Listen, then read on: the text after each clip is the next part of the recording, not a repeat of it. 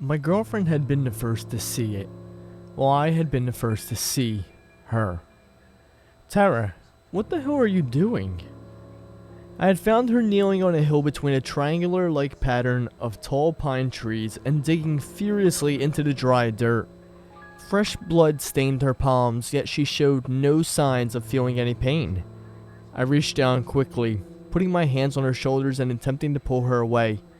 "Stop it!" Tara spun backwards and bit the flesh of my hand. As I recoiled in surprise, she turned back and continued digging further into the earth. I sat down a few feet away, put pressure on the wound, and watched in a mix of confusion and dread. We had decided on camping for our anniversary. Tara loved being alone in the wilderness, and I had found this spot in Northern California. The two of us were experts. Not to be arrogant, but it's the truth. And I knew that we would be able to get ourselves out of any situation two campers could find themselves in. I hadn't expected to contend with a... The trip had started out normally enough. The first spot we found having 4 vehicles plopped in the parking lot. "Nah, let's go further," she had said, smiling and kissing me softly on the cheek. "I want us to be alone." I smiled back. I wasn't about to argue. We went 30 miles further north, and this time when we arrived at the campground, there wasn't a soul in sight. In fact, the place almost looked abandoned. An eerie feel, you know.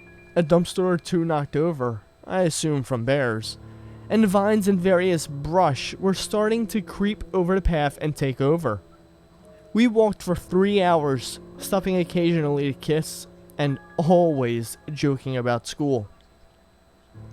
"When you graduate," "You mean if you graduate?" Tara had said. I flashed her a sarcastic look, but couldn't hold back a smile. As the sun was starting to retreat behind the steady backdrop of mountains surrounding us, we had seen the shape of a snake slither off the side of the path. "Ah!" Tara screamed, running a few yards in the opposite direction. She was as brave a soul as I had ever met, but snakes were not her thing. I called back over to her. "Hey, you should have said, 'Why'd it have to be snakes, darling?'" I shrugged. She didn't get the reference. Chuckling, I followed the yellow outline closely through the rocks and down onto a cool creek of the clearest water I'd ever seen, or at least I can remember. Personally, I love snakes. After a minute or so went by and no sign of Tara, I looked down at my new friend. "Well, it's been fun, but the most beautiful girl in the world says we aren't getting married if I have a snake for a pet." Mr. Snake and I shared a moment as I whispered down towards him.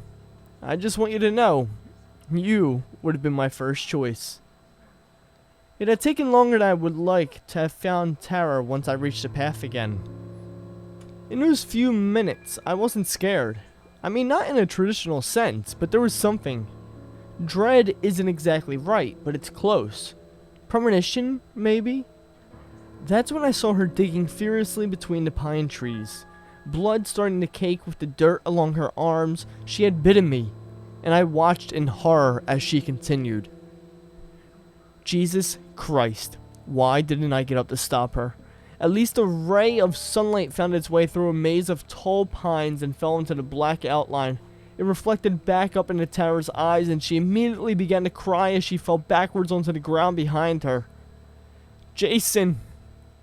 "I'm here," I replied, finally snapping out of it and holding her tightly in my arms. I helped Tara walk a few yards away and sit up on a log nearby, and then turned my head back towards the black object in the ground. I knew what had to be done. As I walked over slowly, she whispered, "No, Jason. Don't go over the—" "I have to," I interrupted, kneeling down over the object. Tara had dug a little over a foot down into the dirt, and a small black mirror reflected back up at me. Besides the debris still covering the outline of its edges, it was in pristine condition, I realized. Without wasting any time, I reached into the pile of dirt next to me and was about to bury it again, when it came into view.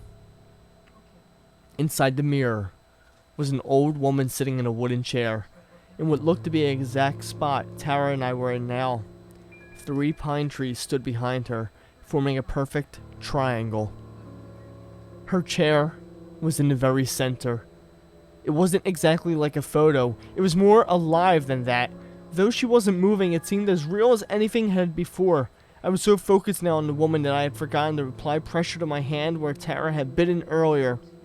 A single drop of blood slid down my arm and fell down with a plop onto the perfect black glass of the mirror. My dread turned slowly into horror.